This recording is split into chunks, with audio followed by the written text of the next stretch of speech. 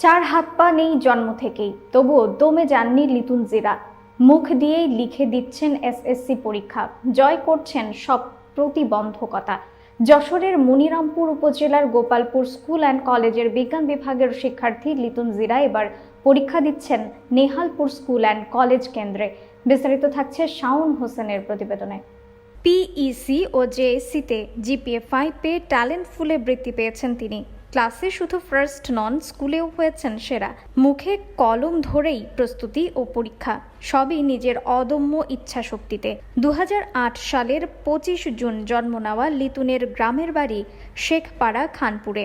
পরিবারের ভালোবাসা ও সহায়তায় হুইল চেয়ারে করেই নিয়মিত স্কুলে যাতায়াত করেছেন। লিটন জানায় তার লক্ষ্য একজন চিকিৎসক হওয়া। তিনি পরনির্ভরশীল নয়, আত্মনির্ভরশীল হয়ে দেশের জন্য কিছু করতে চান। তো প্রথম পরীক্ষা আলহামদুলিল্লাহ সবার দোয়ায় ভালো হয়েছে।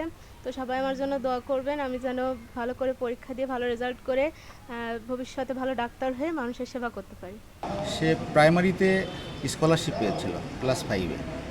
লেখাপড়ার পাশাপাশি কো কারিকুলার অ্যাক্টিভিটিসে তার একটা দখল রয়েছে।